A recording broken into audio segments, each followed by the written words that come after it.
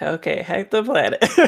This is definitely the beginning of the session, and I definitely didn't forget to not record for about an hour of it.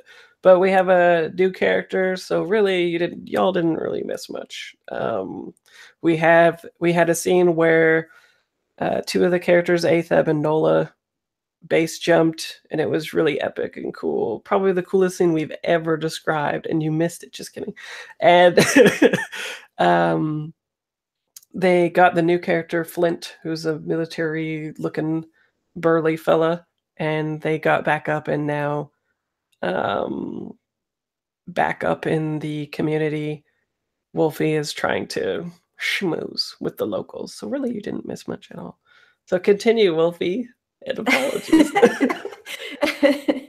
um, yeah, so she's thinking like there's probably some way that these people treat this fungus in a way that makes it not super toxic. So that was the thing we established off that the people die and shit when you go into the fungus forest.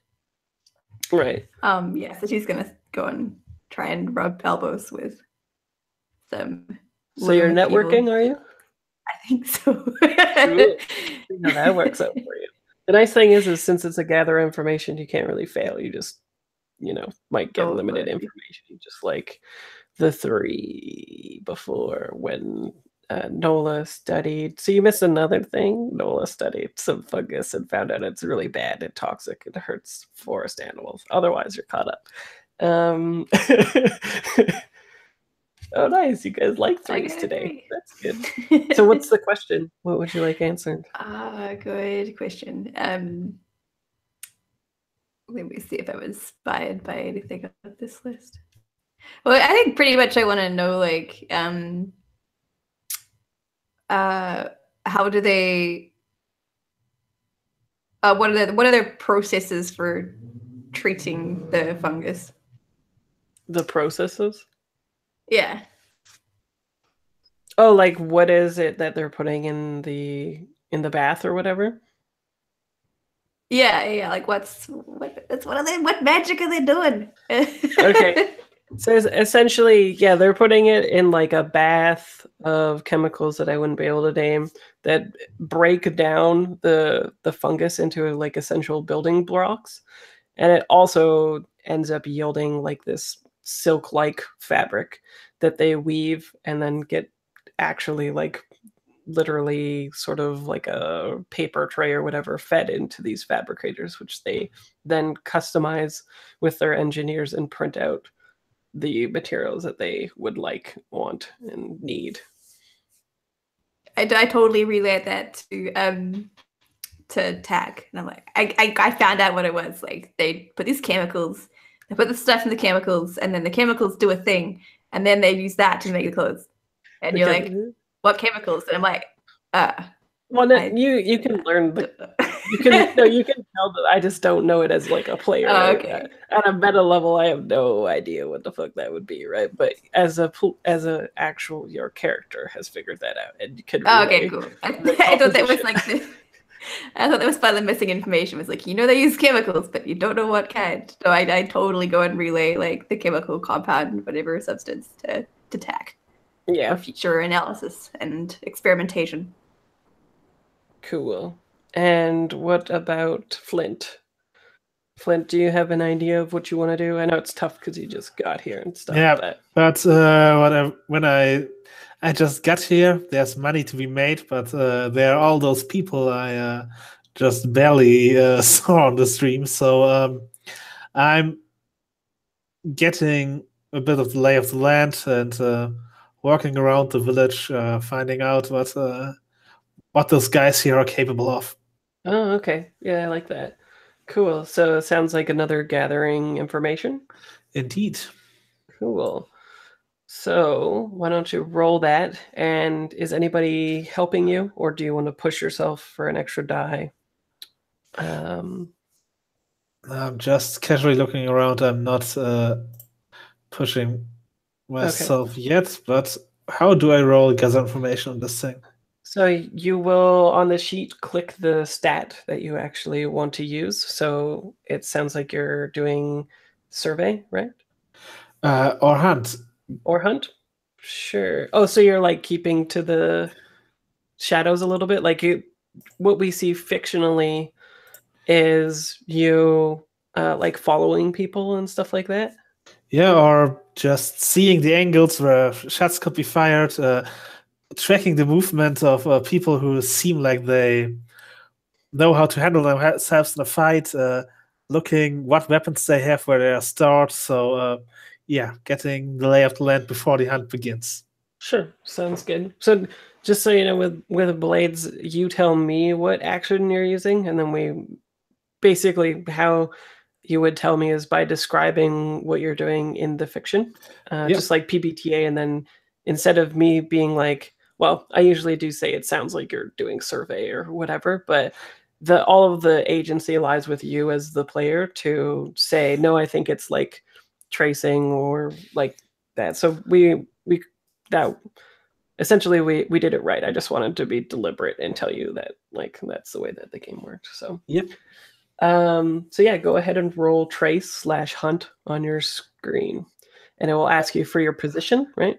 Yes. It doesn't matter because you're just gathering information. That is for roles that you're in like a risky situation and stuff. So don't worry about the position or the effect, and you don't have any bonus die because you're not pushing yourself and you're not getting help. So, and you got a 6, which is the best result, other than That's a crit. good. Yeah, other than 2 6s, which would be a crit, and that would be real good. So you can pose a question to me, and with the 6, you can actually ask follow-up questions about it as well. Okay, so I have example questions there. Yeah. Yeah, you can use the example questions, or you can do a specific targeted whatever to me. No, I'm asking what's most dangerous around here. What's most dangerous? Yeah. Okay, let me check. In terms of people, Yellowknife is an arms specialist. So maybe what you come across is, especially with newcomers and stuff like that, I think you tail him into a prefabricated hut that actually does look different than all the other ones. Like it is, the other ones are sort of camo-ish. This one is like made to blend into the surroundings so that unless you specifically knew where to look, you wouldn't be able to find it. And he like goes in and opens it, and we get the sort of like John Wick going to the arms dealer shot, right, where there's all these weapons and stuff neatly set up, and he's cleaning them and stuff. And I think he takes one out that is looks like a Sunjet, and maybe you see him doing a couple practice shots, and you see like maybe some like straw men set up in the field or whatever. He like kneels down and does like a cutting arc with the Sunjet, and we see like a plasma beam arc out and cut them all in half. And then we like pan back and we see you kind of like watching from the forest, right? Yeah, we see the light of the Sunjet reflected on my bald head. Cool. Yeah, I love it. Sounds good. And then we'll go in back to. I had a follow-up question, right? Oh yeah. Sorry, for sure. Yeah. So, is he the by far and away the most dangerous guy, or are there other arms specialists around here? He's by far and away, as far as you can tell. He maybe as a bonus, you overhear some conversation in the community and stuff like that, which colors the answer that you're seeing with what he's doing. And essentially, what you kind of make out is when they were attacked, he sort of rounded up as many people as he could and specifically brought them here as like a protector, right? Like without him, they would have never made it to this place, and they would have been slaughtered like all the other people. And so he's sort of like the Ewan training the villagers in Braveheart, right? he's the only hyper competent people. There's a couple other people that are like pretty good with weapons, but nothing that would compare to any of you all who have seen action and are competent PCs. Okay. Anything else? No, that would be it for the moment. Cool. Just the sun get reflected on that bald head. Cool. We've been going for a little bit. Do people want to take a break before we do the next round of downtime actions? Yeah? Okay, let's come back at 02 of the hour. Cool. Okay. I will see you. What? Oh, sorry. So, like, I'm probably going to be on a call soon. So, I was just going to reduce stress. So I could just roll my stress now, and then that can just be my. Sure. Yeah, totally. You can do that. Thing. To stop. Like, I don't know, the whole thing went up. Okay. Yeah, just roll it now and do it. And then when you come back, we'll get the fiction from you. Awesome. Cool. Okay. See ya.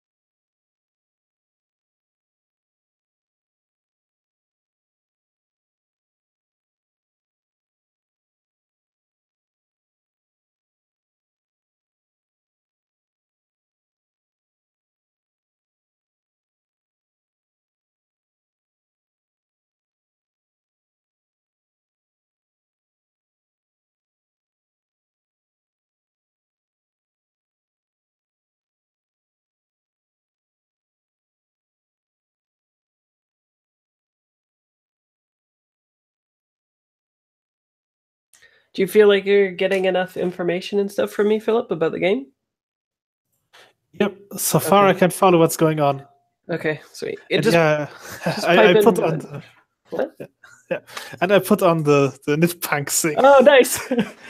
That's awesome. Yeah, nice. Yeah. Get into character. Yeah, not my character, but a character. Well, you could be wearing that if you want. Yeah. Not what I how I described them, but yeah. Yeah.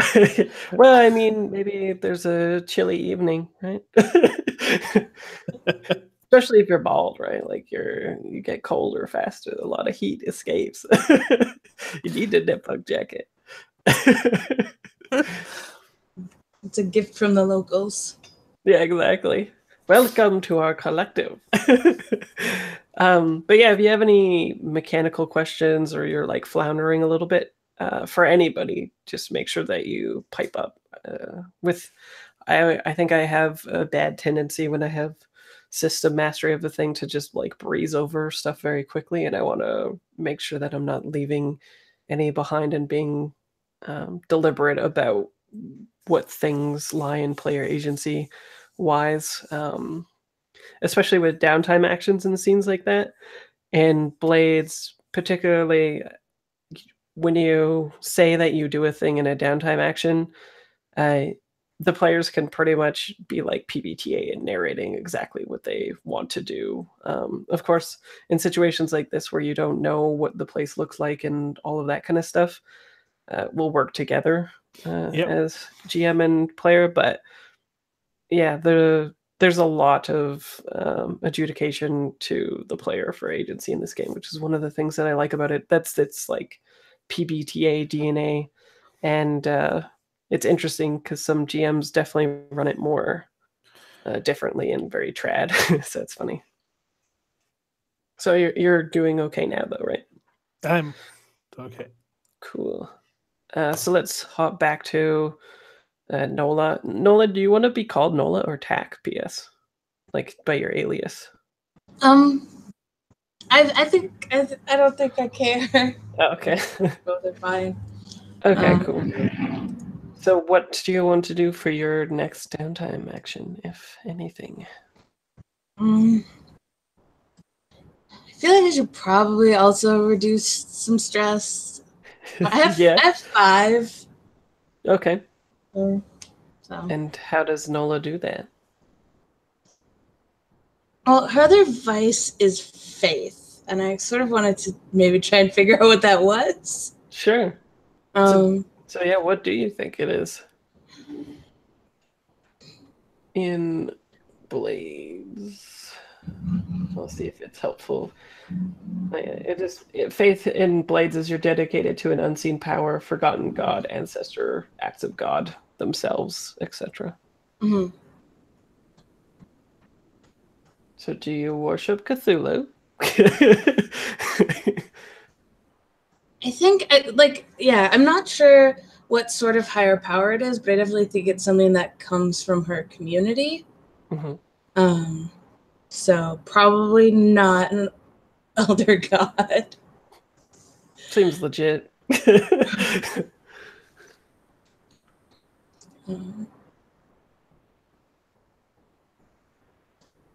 And I don't think it's acts of God themselves. I think it's probably some, at least for now, I think I want to leave it in the realm of it is the vestige of maybe even some religion that exists today, but abstracted through massive global changes and thousands of years. Mm-hmm. As far as, tenant, a moral code wrapped up in probably some promise of an afterlife kind of thing. Oh, so are we gonna have some inner conflict with the people that want to just like sell this stuff later? Oh. Probably. I mean, I think, yeah. DM can hope. Cool. So what do you think indulging the vice looks like on screen, though? So I think for this, since she's in a new place there's the crew, but there's also this community that they're sort of living adjacent to. I feel like again, that community aspect is an important part of it. So I feel like she just like tries to like meet people in town, and maybe even is like, I brought you some food. It's dinner time. Maybe we could share a meal together. And like, yeah, just trying to. That's being a good neighbor, basically. Yeah. Cool, being neighborly. A good colonizing neighbor. Yeah. Is this a reaction to me poking at you guys and saying you're all colonizers and bad people? No, I think she's still a bad person. I think it's just one of those conflicts that maybe she hasn't paid much attention to. Right. You're like a godfather who's super religious, but not super moral. Yeah. Cool. So indulge your vice. As you tell people it's a beautiful day in the neighborhood.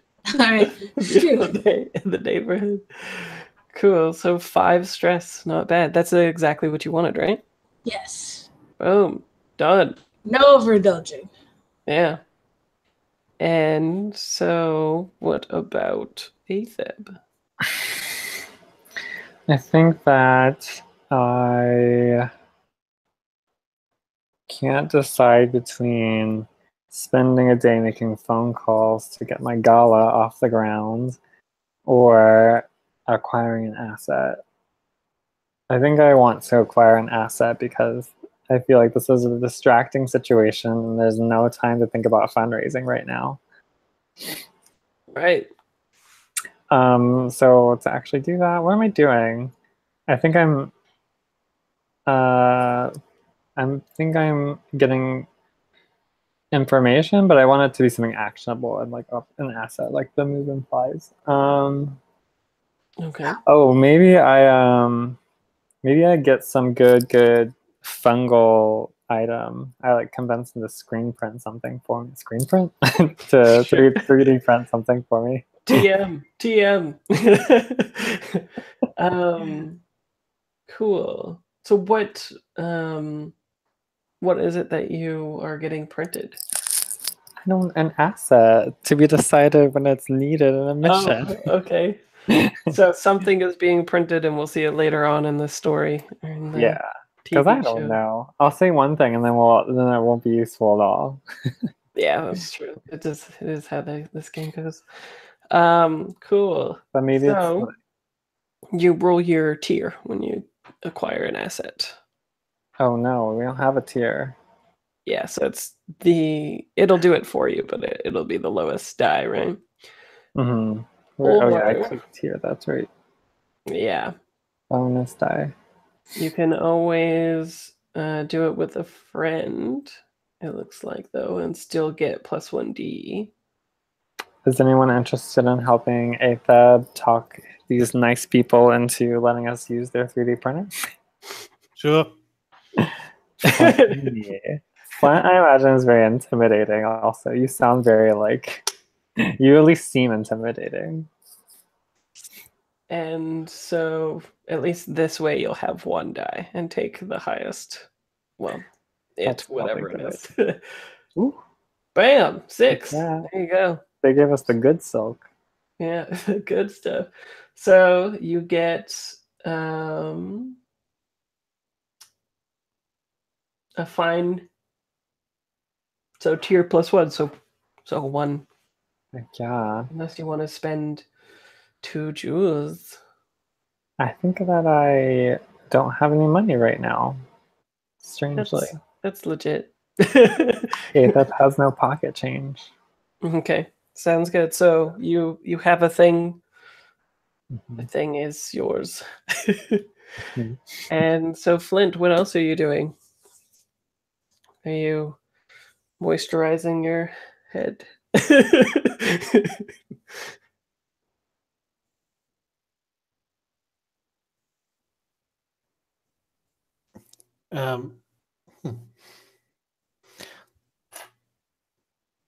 So I have the option to gather information and to indulge my vice to reduce stress I do not have. So reduce heat, or start a long-term project, which is just an abstraction of literally basically whatever you want to do.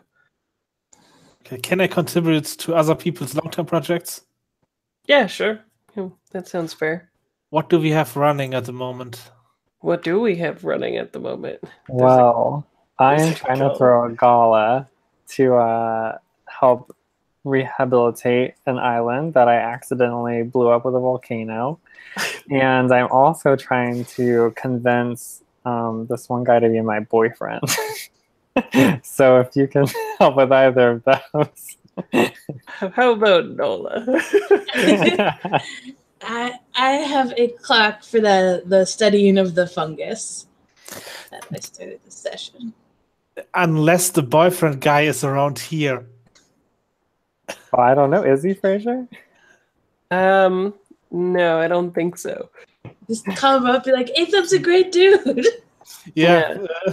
I found a great Then vacation. all I could do would be suggesting some bear bars, so I will I will help with the fungus stuff. Okay, sounds good. And so this is the 6 clock, right?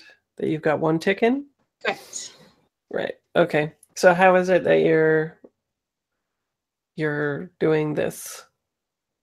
What do we see in the on camera? So the goal is to find out what the fungus, how dangerous it is, or how dangerous it is. And like Cool.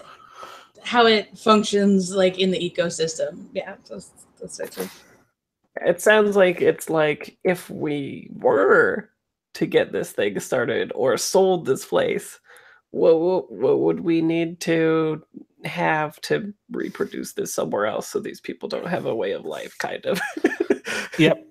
I put on safety gear and I'm stalking out into the forest a little, looking around there, looking for tracks of anything that isn't fungus, and maybe bring back some samples from deep in the forest to see if there's a difference in whatever that's doing. Sure. Comparing those samples, good. And so what action do you think that is? I guess also the hunt action. Sure. So if you want to roll your hunt, and then same thing, if you want to push yourself for 2 stress, you'll get an extra die. Another thing that is in this game is ripples, which is the equivalent of devil's bargains in Blades in the Dark, which is essentially I proposition you with something bad that will happen in the future for an extra die instead of you pushing yourself. And anybody at the table can come up with one at any time during anybody's roll procedure like this. I can't really think of a super bad thing that would happen from this. What if you get exposed to the fungus? Oh, just like a little bit. Just a little bit. Yeah, sure. One fungus. One fungus exposure. So, sure. So that is a thing. You could get an extra die if you are accidentally exposed to the fungus yourself. Now I'm I'm taking 2 stress for an extra Pushing die. yourself? Okay. Okay, can I note that when I roll, or how does it work? So since it's another downtime action, don't worry about position. Excuse me, and effect. But when it says bonus die, just put in 1. There you go. So you got a 5, which is a success with a complication in this game. Yep. And since it's a gather information, you get good information. Wasn't it for the clock? Yeah, it was for the clock. Yeah. Oh yeah, it was a long-term project, right? So you get 2 ticks. And you can also spend money in this game, which are called jewels, to increase your result in any downtime action. So you could get an extra tick. No, I'm here to make money. Yeah, that's fair. Sounds good. Okay, so what we see is we see you like going, getting samples, and then like analyzing these two different samples, basically, right? So let's say that maybe the results are still compiling or whatever in the equipment that you have that's analyzing it, right? Yep. Sounds good. And then we can move to. So technically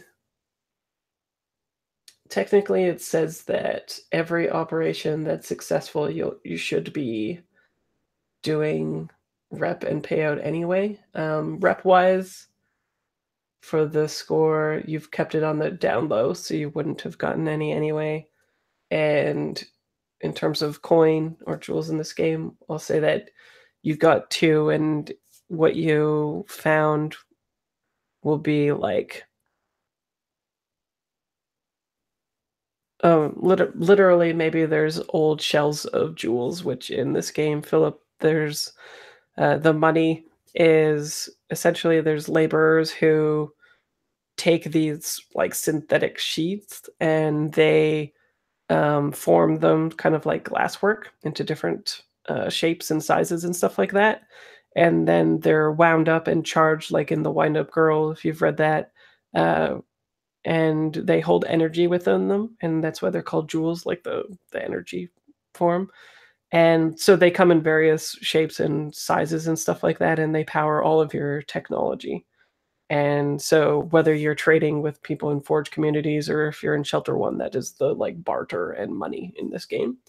So we'll say that you actually found 2 salvageable sheaths like up when you guys were before gathering information about the turbines and in the force and stuff like that. Somewhere along the line in the score, you got 2 of them. So we'll just say that you got that. Just mark that on the sheet. Sure, yeah, on the crew sheet, and then anybody can spend it. And then heat, nobody knows about this except for the people. So again, I'm just going to skip that because in the fiction it doesn't make sense. And then same with entanglements, nobody knows about any of this just yet. Actually, in entanglements, I'm actually going to just say time passes and the clock. For they learning, there's a faction who is trying to find you after what happened. You, Philip, they were given a job where they found a derelict ship from like 5-10 years ago, like an airship that had crashed with this information on it that led them here. And that data is somewhat being like recovered, like picture a charred hard drive in somebody's compartment is like being reformatted or reconstituted to be analyzed, and the clock is an abstraction of them finding this information as well. And the faction is called Straylight. They also have an airship, and they're sort of like on your coattails. So instead of rolling an entanglement, I just say time passes and that clock went up a little bit, so they're closer to being a threat for y'all. Also, a thing to be aware of last session, there's the Clock of Lies, which is when that is full, the people in the community realize that you're here for more nefarious purposes. Before Atheb had convinced them that you're just here to, like, what was the cover story? Oh, yeah. Atheb told them that they were a relative of one of the people that were killed, and thank God they found them here and had been searching for ages. So the Clock of Lies is the abstraction of them being like, wait a minute, that was bullshit. And then Yeah. So, yep. I got us into a very good spot. Yeah. So why don't we talk about what y'all want to do? You've kind of interacted with the community a little bit, but what do people want to actually do about this overall thing? Do people want to sell it to a corporation? Do they want to fix it and use it for themselves? Kind of abstracting it into like turf, right? Do you want to like, I guess you could like wipe out these people, take take it for your own, solve the problem that way? What are people thinking? I'm not really into wiping out people. I'm done with this bullshit. Oh, so you are into that, or no? No, I'm not. I'm not into it anymore. I'm done with this bullshit. I did enough of that when we had to make room for the shelter. Oh, okay. So your vote would be to figure out what makes the fungi tick and recreate it somewhere else, but start the project, or sell the project to another corporation, or what? I'm for finding out what makes the fungi tick, so we can maybe get the people somewhere else, or get the people into the city and build this and get this thing started, use it for ourselves. But whatever we are doing, I'm against just wiping them out or telling a corporation that they're here, so the corporation does that, because let's not kid ourselves. That's fair. I would be interested in moving the fungi so we can somehow profit off of this thing. And make it your own thing?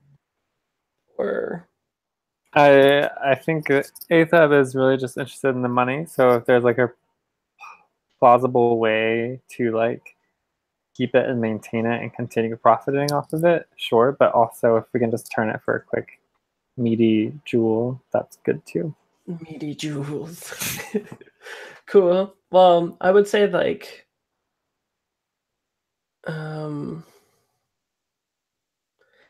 I would say like mechanically what we're looking at is a big payday if you sell it to somebody else, right? Option 2 is you keep it for yourselves, get it going again, all that kind of stuff. And then we probably look at an option from your advancement in your crew for your turf area stuff that makes sense for what you're going with. So something like a forward operating base. Where's one? -1 stress. Something like the info dump sales that we just renamed to this, right? Where it's you just get jewels in the downtime, right? Like every single time. So I think those are the main mechanical differences in those planned, right? Is huge payday, slow gains with making turf happen, and a little bit more work with probably having to like convince these people that that's cool and they should just get some fungi from over there in the forest or whatever. Yeah, I think specifically I am into that idea. I think I'm more into, I want to make it turf, basically. I think Nola definitely wants to get it up and running, but I think I'm a little I have some concerns that about our ability to actually maintain this turf. Like, we know people are looking for it, and like, you know, are we going to be able to defend it? Are we going to actually be able to hold on to it? Or is it better to just sort of cash out and move on to the next sort of? Right. I think that is fair.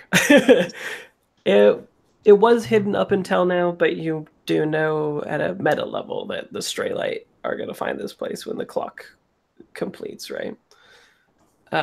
So there will be something that needs to be dealt with there.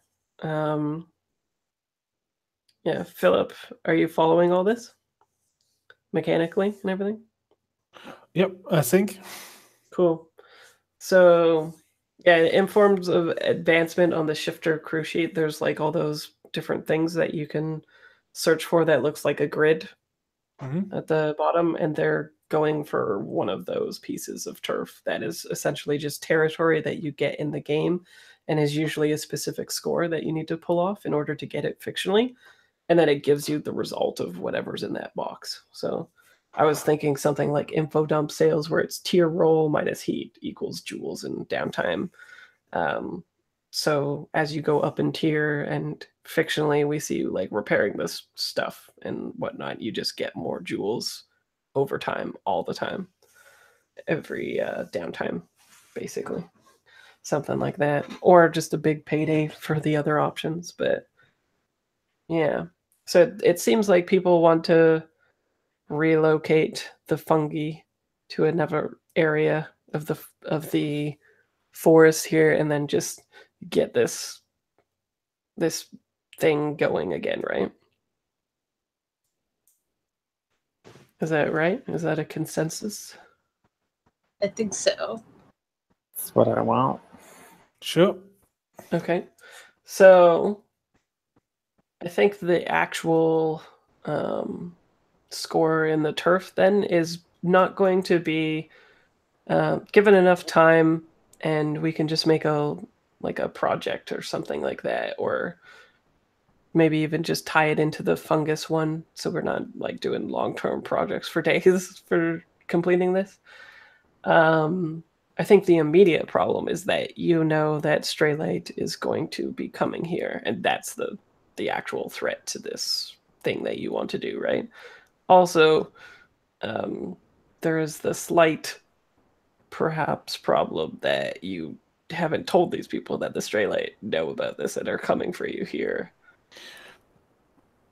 So I thought we did tell them.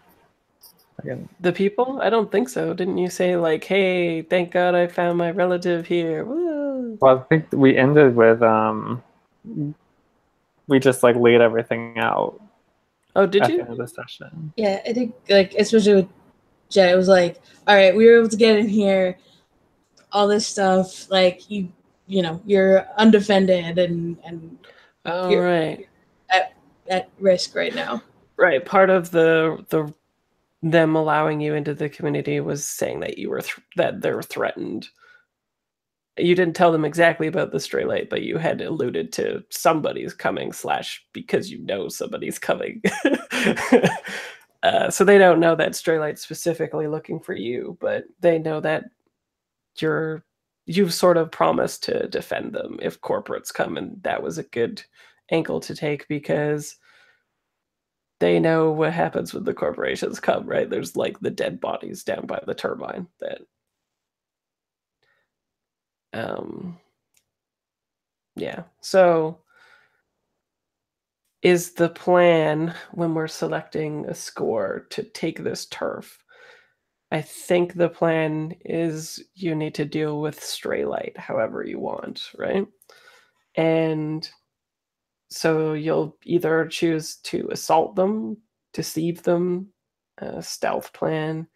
AOG is act of God, so if you use an act of God somehow against them or whatever, a social connection, like schmoozing somebody that can get the Straylight off of your backs or whatever, right? Like whatever, and transport doesn't. I can't really see how transport might help, but those are the different plans that you might choose from. So, do people have any ideas of how they want to deal with the Straylight problem? So, Straylight, what are those guys? Why do we dislike them? Why do they want to kill us? You don't know too much about Straylight other than the fact that they were hired by a corporation to get the info of like where you are now, that information, and you outpaced them and got there first and blew up the airship basically and caused them to take this long basically to try to find out this information. But yeah, otherwise you don't know too much about them other than you know that they are tier 3 and reclaimers, which are like expert salvagers whenever there's like a really problematic dig or like basically expert salvagers, you could think of them as. And so they use their airship to get to places that most other people can't and infiltrate there and get the thing for clients, right? And we destroyed the airship. You destroyed the airship that was nestled into like a hidden little crevasse, and that like it wasn't their airship technically. It was just a airship from like 5-10 years ago that was a prototype airship. Okay, so we did not destroy their way of life, and they are coming on foot to kill us. No. Okay. They still have their own airship that is very nice.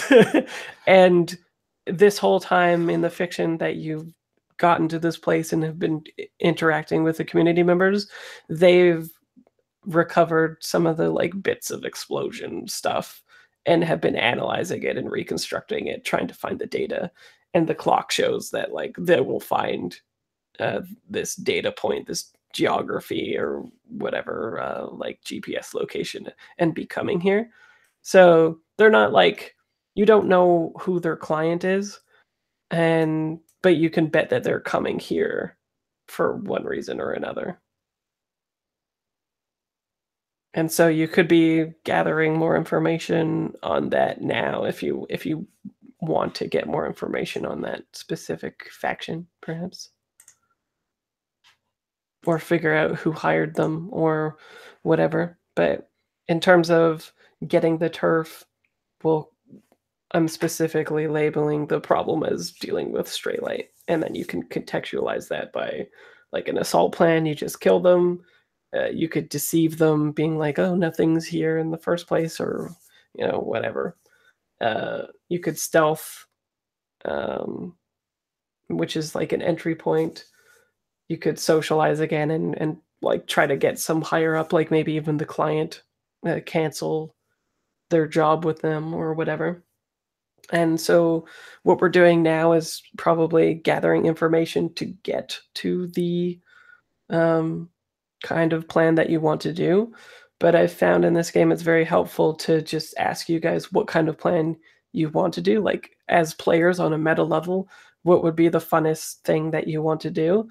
And then we'll gather information to make that point of attack or method of deception, entry point, stealth, etc., and then jump to the job being done.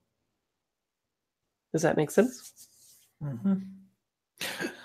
I think if we have the information how we can relocate the fungus, and then just do the fight, and maybe the village is ruined doing that, the people have to relocate, and or we can tell, hey, now corporate knows where you are, but hey, we did you a favor. Now you can go with your fungus, live somewhere else, and we can just start a machine and get a lot of money. If you want to use the machine even more for the win, we could start it and see what it does to the air currents and how the airship reacts. Yeah. So in terms of the score for taking the turf, it sounds like you want to repel the Straylight with force. Is that right? Like when they arrive, your plan is to hurt them, right? Like take them out or repel them, or that would be my suggestion. Or is it a deception plan in that you specifically want to orchestrate their attack as ruining their village? And then it can turn into whatever from there, right? Like we just have the in medias res scene of the score being the actual deception thing versus the actual attack. And then after the in medias res, you could make the plan into whatever you like. We just focus in on the in medias res thing for the planning.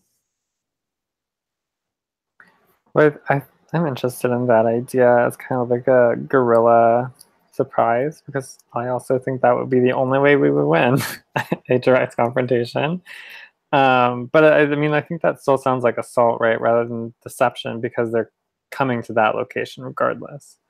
Yeah, well, I would say the deception would be on the community, right? Like you're trying to orchestrate them destroying the community. I missed that. In the attack, right? But I wasn't sure if that's what Philip was angling for or not. I don't think we need to destroy or lie about destroying the village, right? Because we can just evacuate them, and if that's kind of the angle for deception, then any collateral damage, I think, would be collateral. Right. Yep. It's worth noting that you know that whatever data they've reconstructed would have been what you guys found as well, which was just the geolocation of this, right? So they wouldn't, as described, the community is pretty well hidden in the like foliage and like guerrilla warfare type community. So they would still have to land and search the area and sweep it and stuff, just like you guys. That's worth noting. Philip, were you going to say something? Nope, I'm okay Okay. with the plan as it is now. So the plan is just simply to guerrilla warfare, hurt them when they land and stuff like that? Are you into that, Nola? I mean, yeah, I could be. I've got a point in rec. I could set up some booby traps. I could also see, like, since they're not here yet, I don't know if we just want to try and avoid bloodshed, like maybe even going more the deception route with them, like to mislead them about like what's here, where they need to go. But if people, I'm pretty into the like, you know, guerrilla fighting and booby traps in this really dense fungus forest. Like that's a cool aesthetic to me. Yeah, that's really cool. I agree. So everybody wants to do an assault plan, and then we're working towards the point of attack then, right? So is the point of attack waiting for them to like land, and then you sort of like they'll send out people to investigate presumably, and you're sort of like guerrilla in the misting them? That's or, what I'm or picturing. what is the point of attack? Yeah, I think using the fact that we're already here as the advantage, and like being able to set up booby traps and sort of learn the field of battle before they get here. Right. Okay, cool. So let's move towards that then. And does anybody want to like gather information before we start in medias res, jumping in the fiction to that point of attack score? I mean, I guess I would. So actually, again, let's be very. I'll be transparent with the rules here, just so for the benefit of Philip here. What you're gonna do is once we get to an engagement roll, let me just bring it up. There's certain questions that are answered, which creates the die pool and recreates the in medias res scene. And so what you're going to be looking for is what we do is we detail the assault plan, do violence to a target, detail the point of attack, and immediately we go to the what is called the engagement roll. And the questions that I ask you to create the die pool is stuff like, is this operation particularly bold or daring? Is it complex or contingent on many factors? Does it expose a vulnerability of the target or hit them where they're weakest? Do they have any particular defenses or special preparations? Do you have any friends or contacts that can help you, or enemies or rivals that are interfering? And then any other general elements that we can add or take away to make the die pool. So if you gather information beforehand to try to uncover where there might be weakest, then mechanically you get an extra die on your engagement roll. And that's just how it's like abstracted. So knowing that, it sounds like Atheb wants to do something. Yeah, I want to make a phone call. A satellite phone call, if I can. I think maybe I'm calling my friendo Noah as an assistant to an executive, because I think maybe I can find out something about like the sort of equipment Straylight uses, or just generally like a loadout for when they go out, something like that. Okay, I think in order to get satellite coverage, you're going to have to hack a satellite. And yes, that makes sense. So does that make sense for your fiction? Yeah. I think the call itself isn't going to be a problem, but hacking is the thing that you're going to be doing. And it's how you're getting the information as well, right? Who are you calling again? Noah, my friend, the assistant executive. Oh, okay, cool. And And is this about the job, or are you just trying to talk to your boyfriend? well, probably a little bit of both because I need information, but I thought it was probably like I've never fired a gun before. Oh my gosh. It's a good thing Flynn showed up, maybe. Yeah, that's a good thing. Yeah. Okay, so give me the roll, and then we'll contextualize the scene with that. Sure. I have no dots, so let's see if I can find. Where's my? Whoa, roll 20. Okay, let's see if I can use this. What? Just a 2. 2. Cool. Barely use a satellite. What playbook are you? The Faint. I thought the Feint comes with 2 hack and 1 sway. I know that's the Haunt, isn't it? The Haunt comes with 2 network and 1 finesse. I don't know. I have 1 in survey that I added. I have 1 in finesse, I think is what it comes with. 1 in finesse, and then I have 1 in command, 1 in sway, and 2 in network. So I have no idea. What was the... Maybe... I wonder if I just changed it later on, or if you just used the Haunts basic one instead of the Feint. Maybe I did. Let me look at the playbook. Yeah, the basics ones should be 2 hack, 1 sway from what I've seen. For the Faint? Yeah, for the Feint. I must have. Because you're like charming and a hacker, right? Or no, wait, that's maybe the sheet is wrong. 2 network and 1 finesse. Maybe I've got those mixed up. Is it supposed to be 2 network and 1 finesse for the Feint? Yeah, I think so. Right? I think those are mixed up when I exported it. Oh, okay. That makes more sense too, because you said finesse is what you have in yours. Yeah, I have like 1 dot. And then what was your other solidified 2 dots?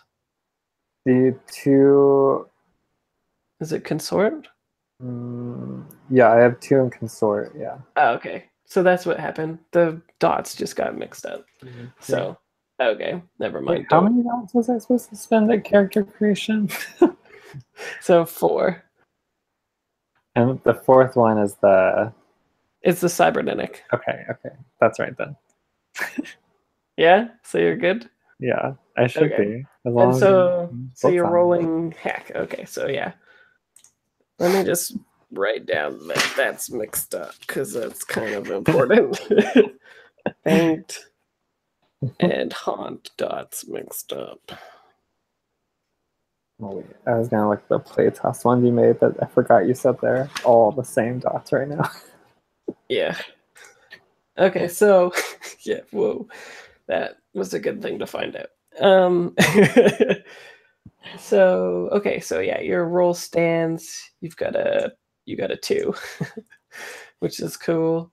And so, what is your question? What's a Straylight detachment or whatever like? What's a Straylight squad like? Let me pull up their faction.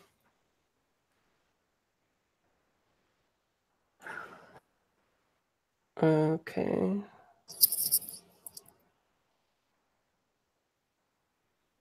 And so you're asking your friend Noah too, right? Mm-hmm. So I'll contextualize those answers. So what Noah knows about them is they are backed by Carrion, which probably makes sense from the information that you found before. Philip Carrion is basically picture like a Blades in the Dark crew that reached tier 4 and became evil in the process. They're like really bad, and they're mercenaries for hire. And they have a monopoly on the services they provide to people. So there's not any like really good reclaimers aside from the Straylight in operation. They're flush with money. They have protection from the Sentinels because of their monopoly on the situation. Like, they're the best reclaimers and people need them. They're an old crew, as you kind of found out already, because the prototype for their airship is the thing that you found, and that was like 10 or 15 years ago or whatever. They're enemies with the Flickers, but nobody really knows why. And their leader is called Glint. They're rigid, angry, and hyper-focused. And recently, there's the face of the group is not someone that they are like aware of, Noah. But Blaze, a person who is like learning the ropes, is naive, young, and has an inferiority complex, is the person that they're most familiar with, because Noah essentially acted like a headhunter for Straylight and got them like hooked up. Part of he made money on the side, being a go-between to hook this person up with the Straylight, and that's how they've gotten all of that information. But other than that, they're not really sure about the specific details. Well, Mechanically, Noah. because you rolled poorly. Oh, man.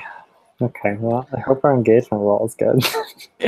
And Noah's basically like, watch your back, right? Yeah. Ain't no joke. Thanks, buddy. Yeah, tier 3 as well, so 3 tiers above you. Just makes your action rolls harder against them, essentially, Philip. You have worse position and effect against them because they're higher tier. Does anybody else want to do some actions before we jump to the engagement roll? I'd like to do a gather information about our surroundings. Okay. Like what in this sort of biome we can use to our advantage, or if there's good places where to try and like funnel them to, or it's a bottleneck or whatever. Yeah. Cool. So, Okay. So how are you doing that? What do we see on screen, and what is the action? just in time. I want to use Binky. Oh, nice. I trust you. Go for it. I think it's I think it's probably gonna wind up being a survey. I guess you could see consort if I wanted to talk to the locals and be like, these folks are coming in, like. Mm-hmm. I could see it as a trace as well, like you tracking and mapping the area out and stuff like that, or a survey, or there's a bunch of different actions you could probably use, leverage. None of those things I have. So. Well, you could do a network then, right? If you think that your base of knowledge, especially with your downtime action, right, of like making these people casseroles, essentially. You're like, so where's the best place for killing people? For an ambush. Yeah. And here's your tuna belt. All right, yeah. So I think I want to do network, and I'm gonna push myself. Sounds good. And is Wolfie helping then with the drone? Oh, the drone was for a different plan. Oh, okay. I changed my mind. Okay. I could help out if it's needed by providing some of that tracking knowledge. Do it. She's lacking. I can. So, like, as she's talking to the community members, we like pan over and we see Flint like marking the stuff actually geographically, like on a map. Yep. Cool. So take 1 stress. When you help somebody, it's just 1 stress. When you push yourself, it's 2 stress. So mechanically, it's better to help people anyway. Mm-hmm. So yeah, you get a bonus die and then network it up. Okay. So can I also push myself, or do I only get 1 bonus die? You can also push yourself. Okay. Yeah. So you can take 2 stress. Philip would take 1 stress, and then you would have 2 bonus die. I'm gonna do that. Cool. 4. not the best. What do you But, expect? yeah. So, and you wanted to know, like, essentially, where's the best place to make them vulnerable and stuff like that? Yeah. Cool. So let's say the only place, well, for one, you know that uh, as I've described it, there's like a huge tarp surrounding this place over the forest, right? It looks like white plastic essentially that traps those gases in the forest, right? And then in the center of it is the tower that peers up. So you know that they have to park outside on like a area that doesn't have forest, so they can't do what you did and basically just come up the side of the cliff and and be there, right? Like right where you need to be. They need to park or land. They need to land a little ways away. And because of that, there is a lot of area where you know that the likely spot of the landing, let's say there's like on the map, there is a area that like where a whole bunch of growth is, like the land is essentially bald. There's no pines and stuff growing. That's where they would park, and the likelihood you can sort of trace a route from that place to the fastest route and the most economical route of them getting to where the tower is, right, is where they're probably wanting to go. So you can sort of have like your locations mapped out that way. And in the engagement role, they would be weakest against this, right? Does that sound good? Yes. Cool. And then you don't get a follow up, and I vagued it out because you got a 4. Is anybody else wanting to do something before we do engagement roll? Is this a little downtime action stuff? No. So yeah, we'll catch Lord up. What's happening is the Straylight is coming, and they are wanting to basically take them out when they land and like survey this place. And they want to acquire turf by doing this, and the turf will be this area. And so we're sort of abstracting it out so that you take out the Straylight and they fail or whatever, right? Like I don't know if you'll be able to kill the entire faction, but this airship or the people leaving or whatever, we'll see how it plans out. You're doing an assault plan on them. Point of attack is what we're like describing, them landing and you taking them out guerrilla warfare style in the forest of doom. And the score mechanically is you trying to take turf, and the obstacle is Straylight. Awesome. Sounds good. Cool. So does anybody want to do anything else before we do engagement roll? How far away from the cliff are they parking their airship? Like in that likely area where they're gonna be landing? Yeah. How far away is that? Not too far. I think the trees stop growing maybe like 100 yards or something like that from the cliff. Great. So if we wanted to engage them at the airship at a later point, we could just glide on top of the airship from the cliffside. Yeah. Okay, I would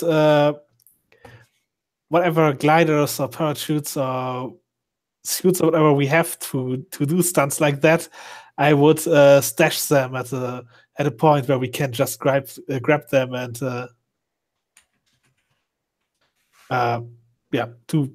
do that stunt if we need to attack their ship, and maybe we can beat them there once they are retreating. Sure. So that can just be handled in a downtime, or not a downtime, a flashback. So the game doesn't differentiate between roles moved in the present and the past. Mm-hmm. So at any point during this, when I present an obstacle to you, you can be like, cool, I do a flashback, and we can roll with you circumventing this obstacle now in the past.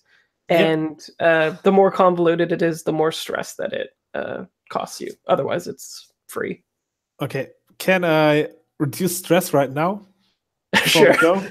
Sure. Yeah. So if you want an additional downtime action, the way that you do it is you spend a jewel and you get an additional downtime action. I did that just now, and I rolled a 2. That's pretty bad. So, and the first time you rolled a 1, so you've rolled twice and taken 3 Yes. down. That's pretty rough. Yeah. How many jewels do we have? Yeah, how many are in the crew now? Does anyone know?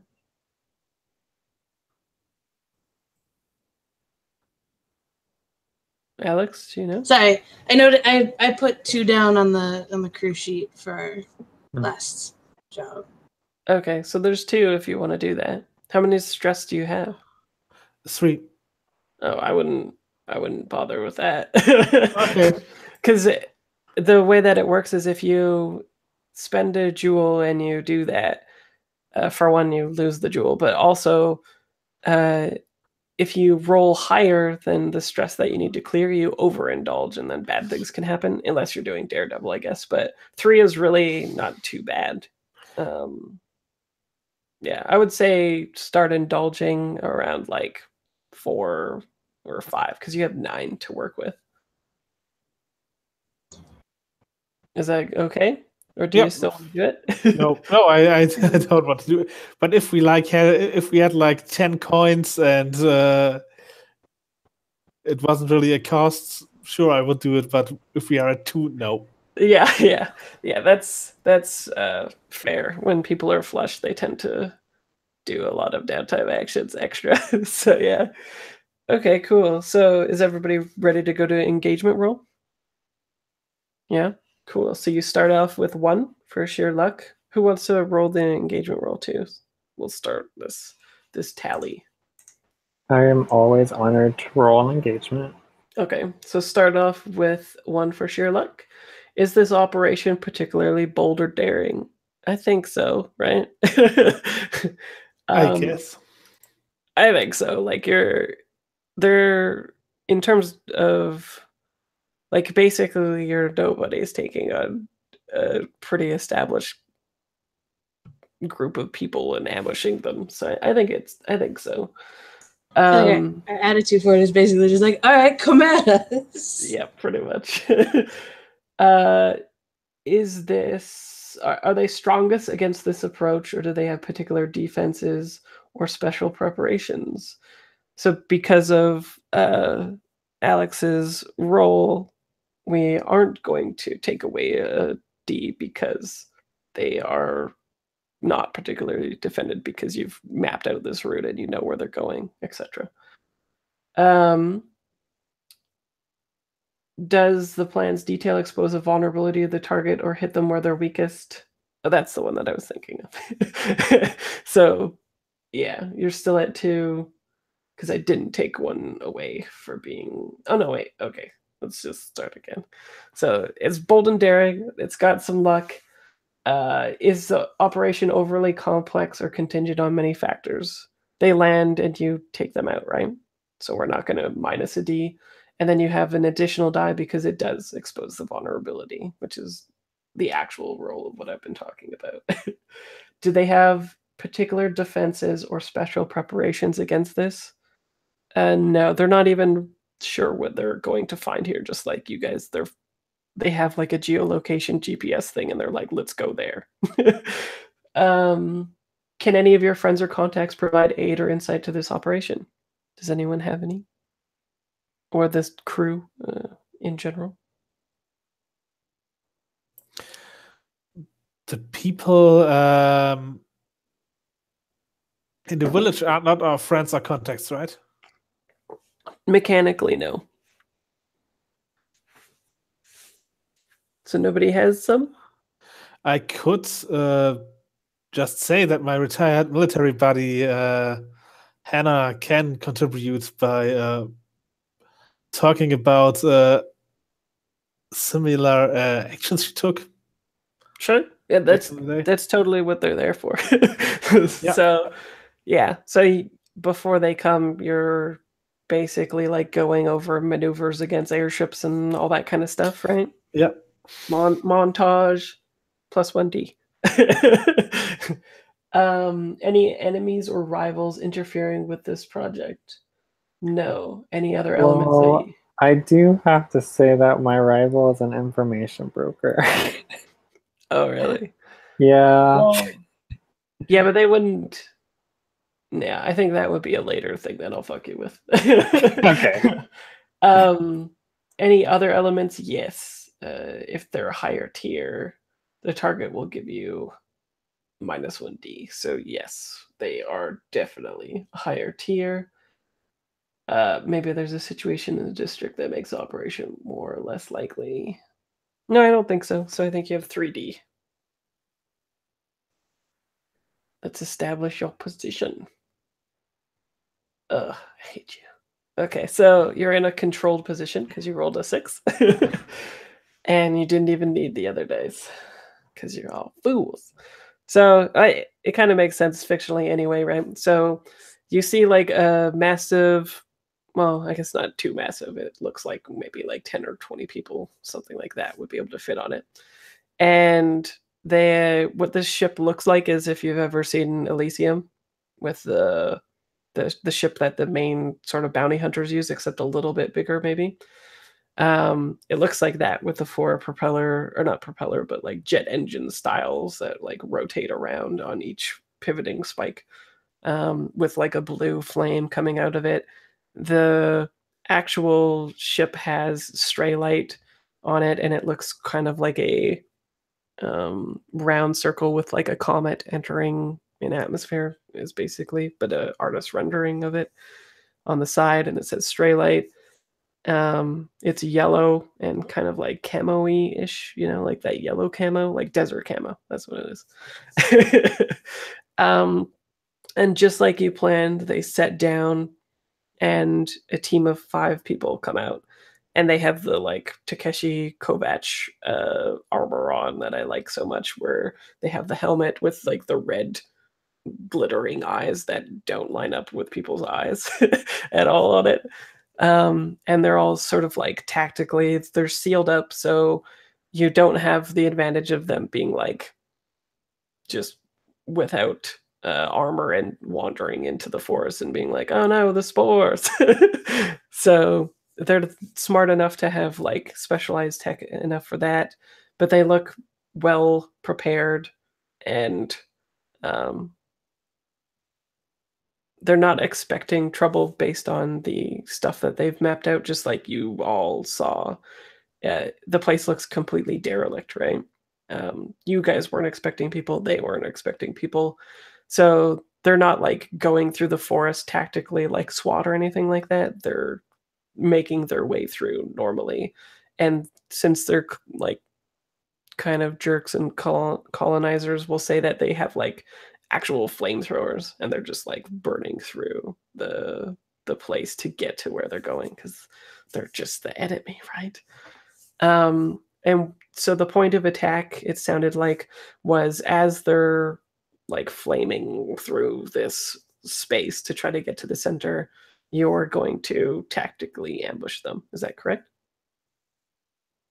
Yeah, I think so.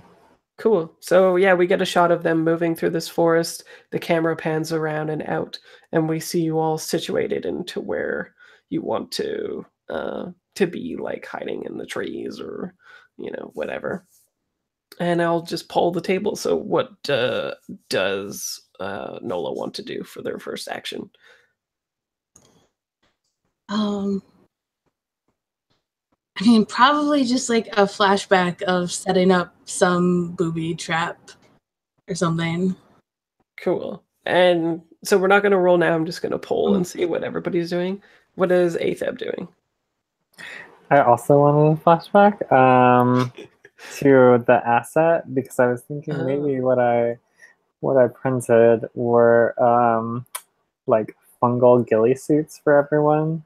Ooh, so that's cool. Some wacky armor that I'm just picturing has the fungus can grow on.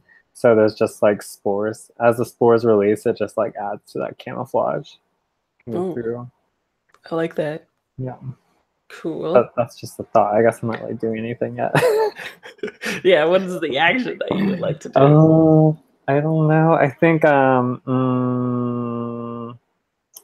I really don't know. Come back to me. Okay, Wolfie. Yeah, I think I want to do a combo of getting in a position wearing this gear to just like camp out and be in a good advantageous spot to do something to them if something needs to be done, and likewise getting camouflaged Binky out and having camouflaged Binky. Okay, well, that's not an action either. That just happens. Well, I don't know. Or I guess it could be, is it a setup action to give somebody else more effect? Yeah, that's what I want to do. And what action do you think that actually is then? I'm probably surveying, like, because it's sort of getting intel on the area and stuff and getting us all set up to have an advantageous spot against Straylight. Cool. And this is a flashback, right? Yes. Cool. Yeah, I'm assuming you're not doing it while they're like running the fire and shit, right? Well, that would look a lot cooler, but yeah, I guess it's yeah. Cool. Flashback. So you don't need to.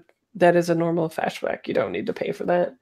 And roll your action. Awesome.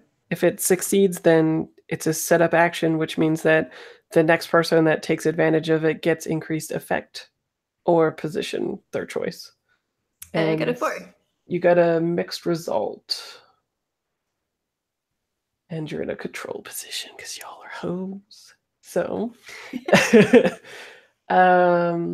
so on a mixed result, you hesitate, withdraw, and try a different approach, or else do it with minor consequences. A minor complication occurs. You have reduced effect. You suffer lesser harm. You end up in a risky position. So I think what I'm going to go for is a minor complication occurs. And you said you're just like all like situating everybody, right?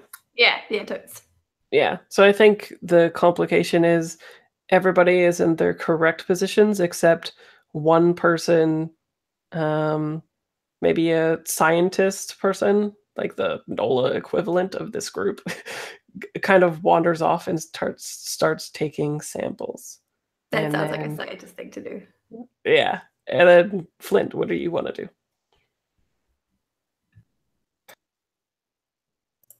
I guess somebody has to start murdering people. Yeah. But I'm torn between two actions. Okay. I could just sunjet the the tanks of their flamethrowers and see where that goes, or I could do a cool rappel past them with a silenced weapon while they are moving up a cliffside. I rappel down and shoot as I go past. That is also both dope. So yeah.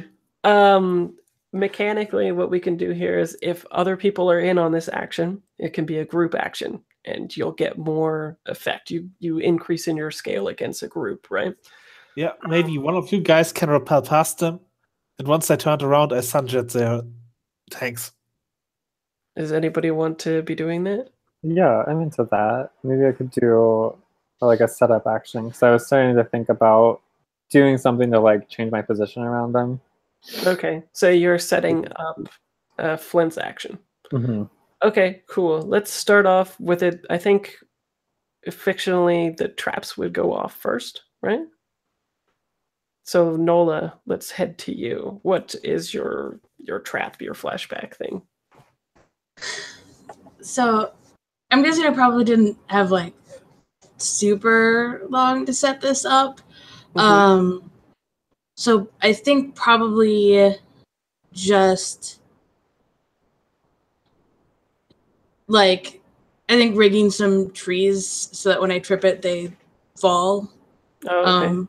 And hopefully like catch some people under them, but also make it hard for them to sort of pass. Okay. And are you using the setup action from Wolfie then to take an increased position? Yes. Okay, or effect, I guess, because you're already in a control position, right? Because you guys rolled a 6. That's nice. So instead of controlled and standard effect, because Wolfie has situated you all into a good places and stuff like that, the trays will fall very well. So yeah, you can have controlled and great effect instead of standard. Okay. Or actually, they're tier 3. There's a bunch of them. Let's go instead of controlled, limited to standard. Is that fair? Okay. Okay. Trying to decide if I should push myself. And you also, like Darren says in the chat, mark your load. So light load just means that you look like a normal traveler on the street. I think for this kind of mission, when they're assaulting, everyone's probably going to go heavy, which means you look like you're in like combat gear and ready to fuck people up, right? The reason why you'd go lighter in other missions is like stealthy stuff and like infiltrating and not trying to look suspicious.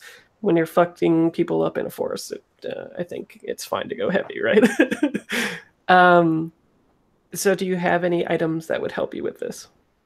Yes. So I'm guessing this is probably a wreck. Yeah, it sounds like you're wrecking. Trees. Yes. I do have fine wrecking tools.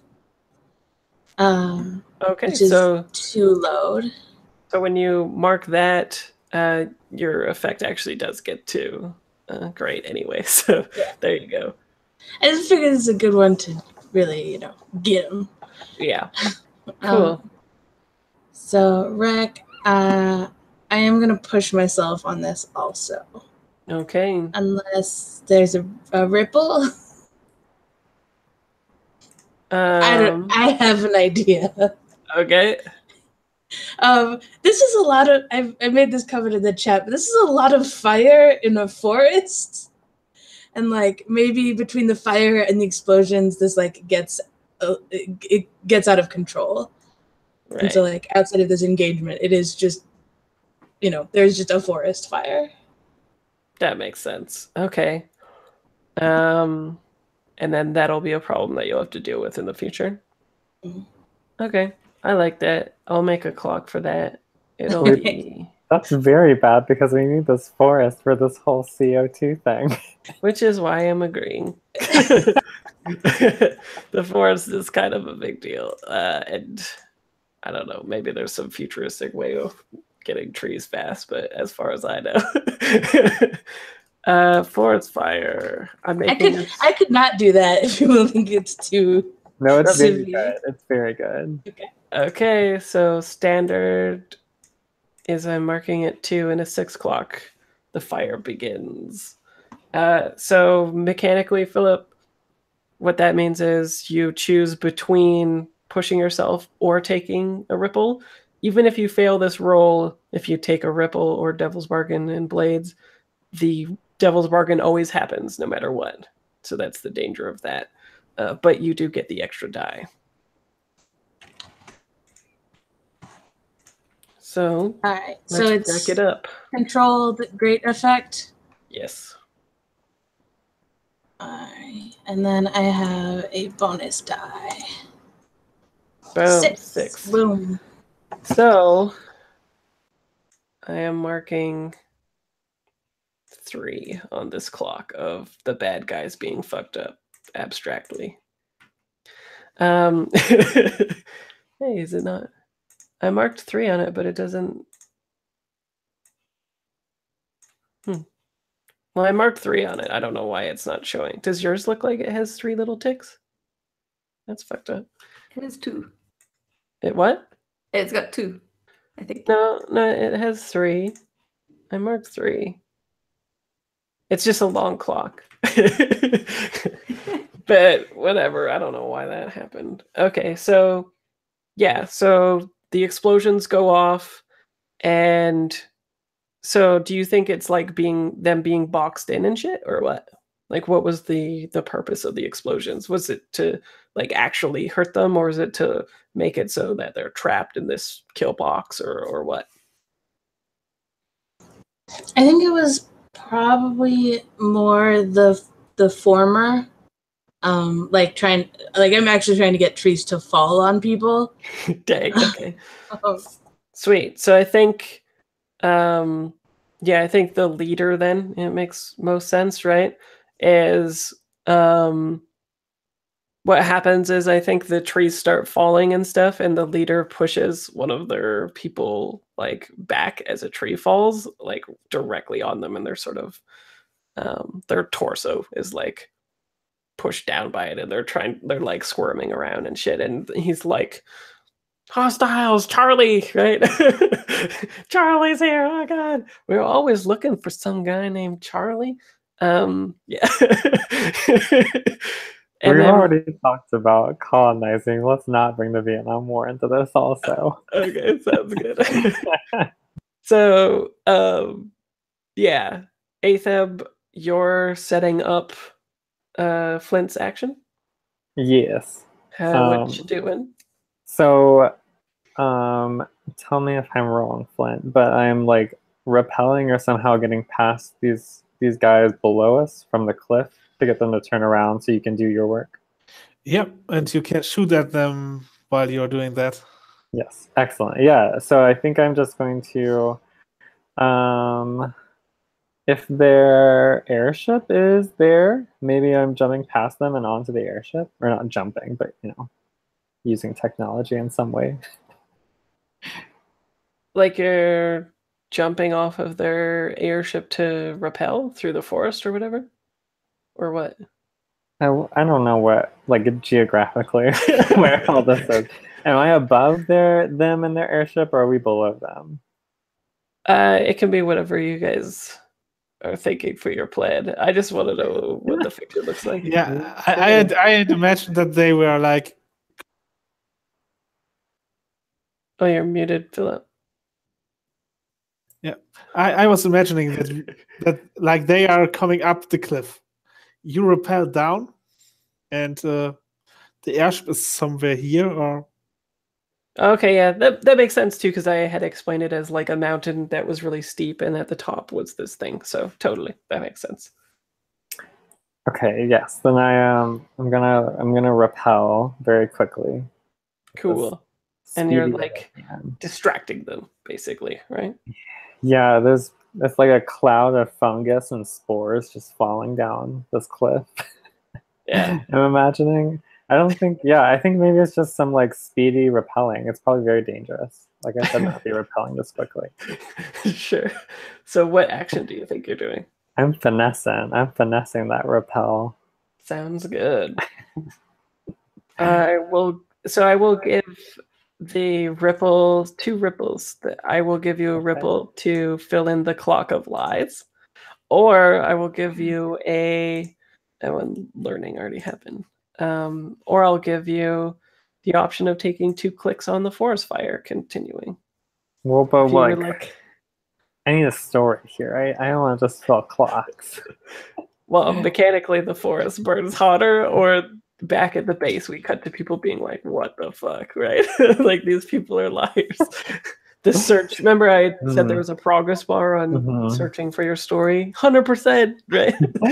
I mean, I think Clock of Lies makes a lot of sense. And I really don't want the fire to be on. Either way, you're burning bridges, just saying. Yeah, snap. I will burn the people bridge, not the tree bridge. Sounds good. Not a sentient fungus. At the moment of you whipping by, a search is completed back at the camp. Sounds good. Okay, so you get an extra die for this. Cool. And this is probably needs gear, right?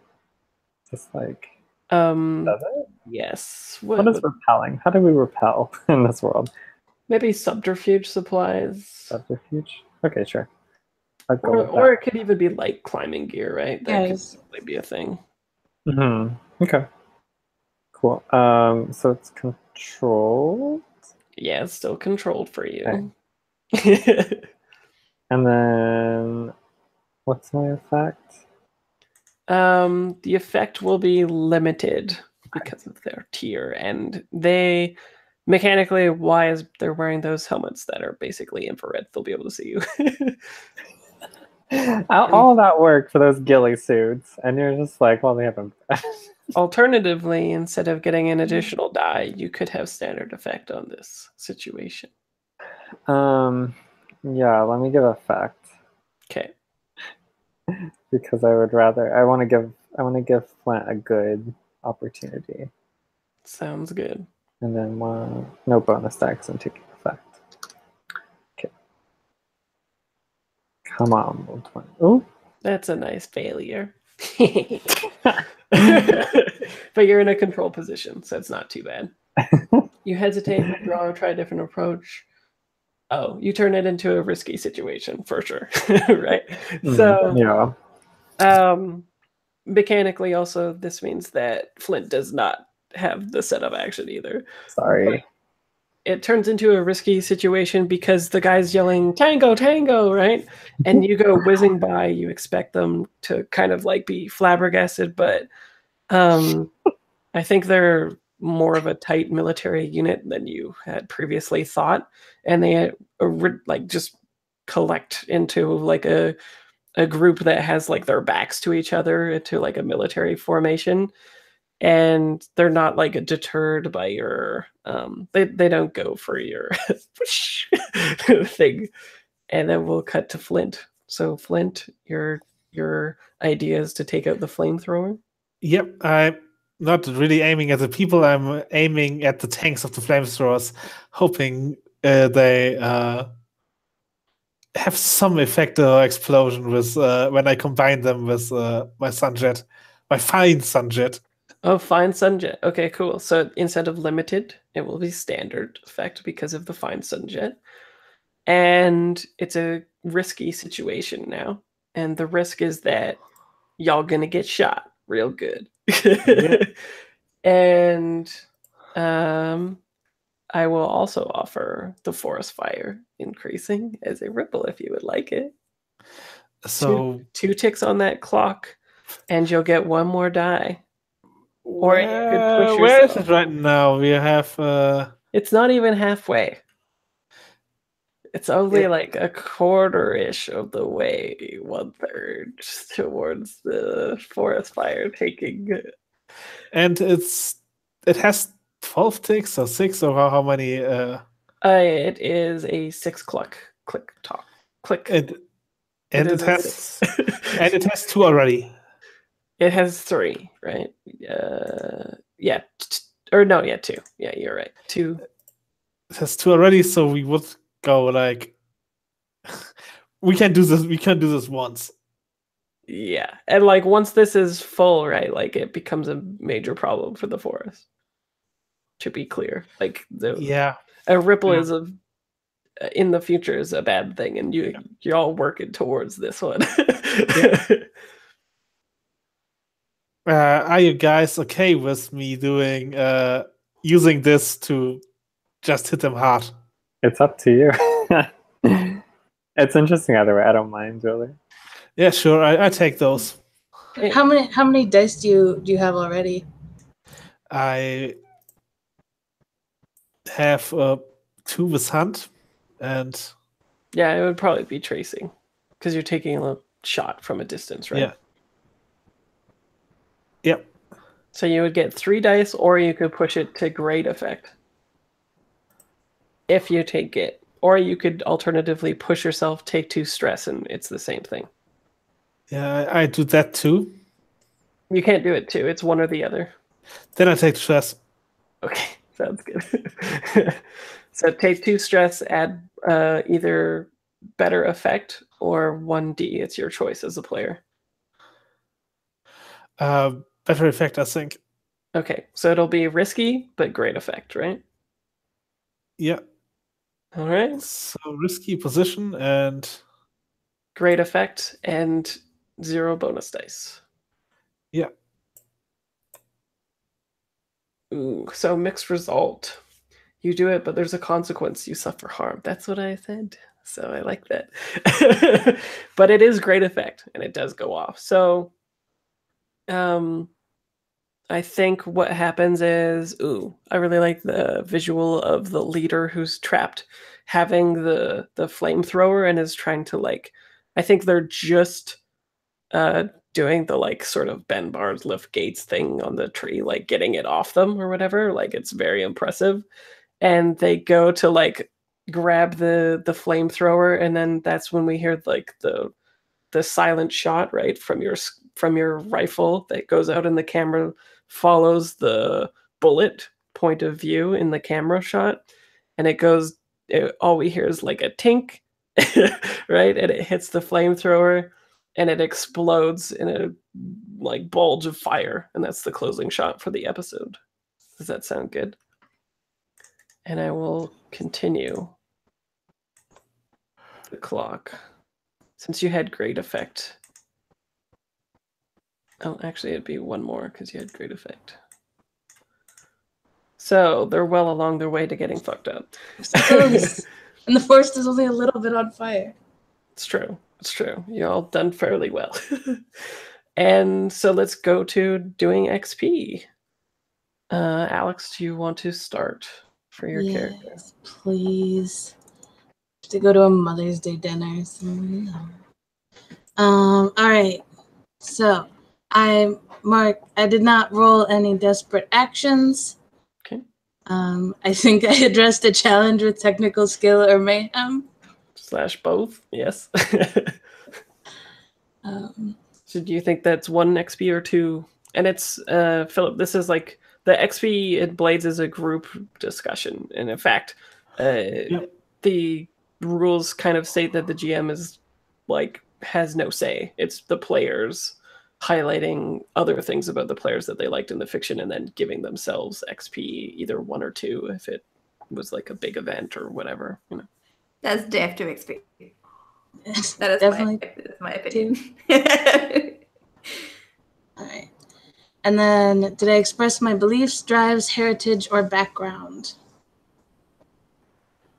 I think we saw a little bit with your bias because you were talking about faith. And then also... and yeah, we totally saw you, because like you're quite a curious person who's very interested in discovering things and science and stuff. And we totally got a lot of that when you were looking, I always say Googling the fungus. Studying is what I wanted. That's the verb I wanted. Oh, yeah. Oh, I forgot to say the consequence of that action also is one of the people, like when the ting and it blows up right before that, someone gets off a shot and Flint takes 3 harm, but we'll deal with that after. What? It's a risky situation. That's awesome. Yeah. So mechanically, you'll be able to do things to circumvent that, and we'll talk about that after. I just wanted to leave on like a bombshell. It'll probably end up that you don't even get hit because blades. But yeah. You see Flint like fly back away from the explosion. Well, yeah, it's just a good cliffhanger episode, right? Where you're like, oh no, the new guy, right? He's a red shirt. Just kidding. Okay, yeah, so proceed, sorry. Okay, so that fills my track. But then I have...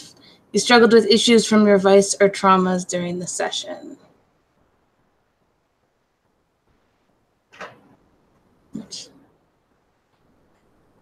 I don't see it, so I feel like the faith thing came up more in the previous. So, all right, yeah, I think that's probably it. And then for advancement, how does that? If you filled up when you can move or you can place that XP in any track that you like. So you can put it in your playbook. Technically, there's a stress track in this game too, but the sheets don't have it on Roll20. Insight, prowess, resolve, playbook, and when it's full, you just take the thing. So if you put it in insight, for instance, you can put it in any of the actions below that skill. If you put it in playbook, you can take a new special ability. Yeah. Okay, so basically, I'll probably take some time to think about this, but I can choose a new special ability or put a dot in something. Or do I have Yes. to fill Do I have to fill another track? So you would be moving your XP as you get it to whichever track that you're working towards. Okay. Okay. I wasn't doing that, but got it. Okay, yeah. Sorry, I should have been clear with that. And then Atheb. So I addressed the challenge with calculation or conspiracy. I don't think I did that. You don't think it was a conspiracy to ambush these people in the forest and kill them? Oh, I mean, I guess so. Or a conspiracy to defraud the fungus people of the land. Yeah. Yeah, that's on the running conspiracy. I guess that's true. Okay, I'll take one. I'm fine with that. You talked me into it. Did I express my beliefs, drives, heritage, or backgrounds?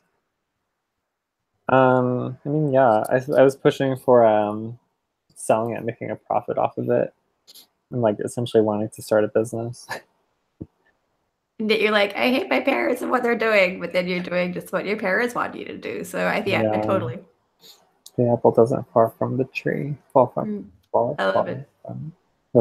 Okay, cool. Do it. And then the last one, issues, vice or trauma. No. Yeah, I should get my vice back, and that can be struggling with it. Yeah, that is true. That's the thing. Well, okay, that's all for me. Wolfie. Cool. I did not roll anything desperate. I addressed a challenge with that's the wrong playbook. With tracking your perseverance. Yeah, didn't you? You set up some stuff. Also, the setup was a tracking thing, yeah. I would say. Yeah. You're like situating people in it, right? So I think that's probably one. I don't remember what else I rolled. Well, you failed a bunch of vice stuff. Yeah, it's like I did some consulting. Sorry, I did some networking. But I don't. Yeah, sorry, that's probably one. Okay.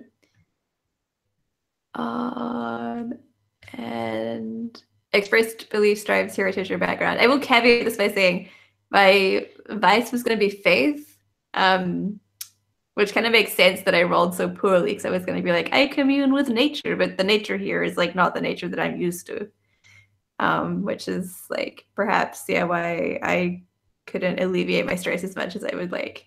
So I was going to go an angle into that, but I had to take a call, so I didn't get to put the fiction around that vice. Okay. And then, did you struggle with your vice? Because you rolled pretty shitty. Yeah, does that count? I think with that explanation too, I could see that because you're like really trying and you were not connecting. Yeah, because I can't take off this freaking mask, right? So there's a barrier between me and nature. Because apparently I'll die, like whatever. Just fungus nature, not non-fungus nature. Yeah. Cool. And Flint? Awesome. Or you're done, right, Rolfie?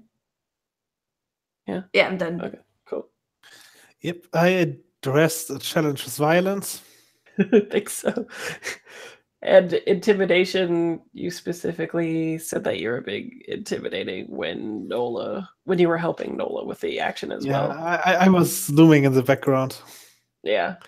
And also, when you were tracking that guy, that was kind of a thing.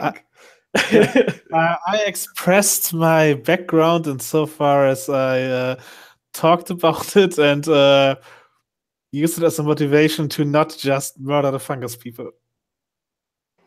Yeah, you brought in your contact too, and that helped beef up the background, the military background too. Yeah. Okay. And you brought up your beliefs when you were like, I specifically don't want to murder people because I've done that before. So.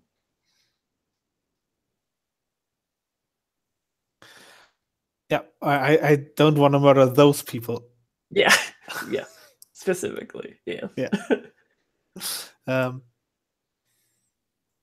Yep, I don't think I really struggled with vices or trauma. Okay. Cool. And then, Darren, do you want to do the crew? Sure. Shift the crew. Okay. Do we advance toward an act of God despite danger or embody a feature of one? I think we embodied the feature of the fungal forest.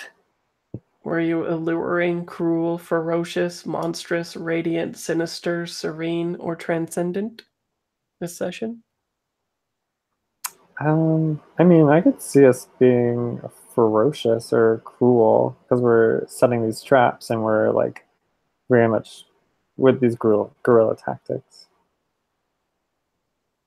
It's up to you guys. I have no say. That's my pitch. I'll give us experience.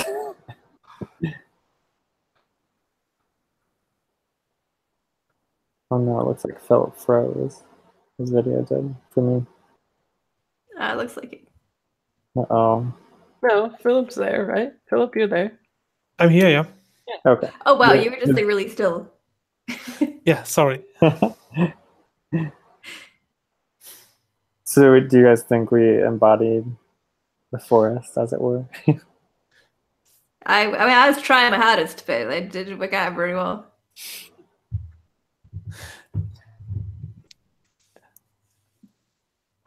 Embody is So- strong word. Well, Yeah. I mean, the forest is like, the forest is gonna grow over this area and take it over, and we want to take it over. So in that sense, it's like this. I see a strong metaphor there. Yeah, we did wear ghillie suits. yeah. Yeah. So there you go. I'll go this one. Do we contend with challenges above our current station? Absolutely.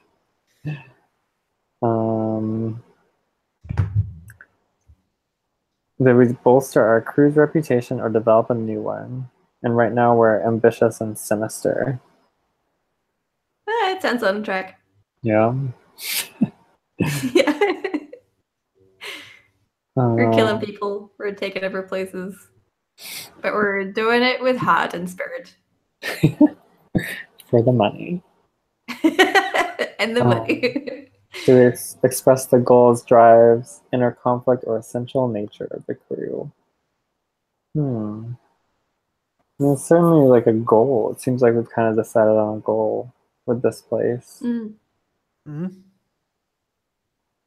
And then if our drive is kind of like at any cost, I forget what we said last session. I thought we had a good combo, but about drive, but I can't remember what. I don't remember either. Well, I think drives would come in because you had like a meeting about like what should we be doing, and everybody came together to be like, we should try to repel the Straylight. So that's true. Okay. Cool. Right. That's cool. Cool. All right. How much XP do y'all have? I leveled up. The crew is 3 away from advancing. Yay. Cool. All right. I'll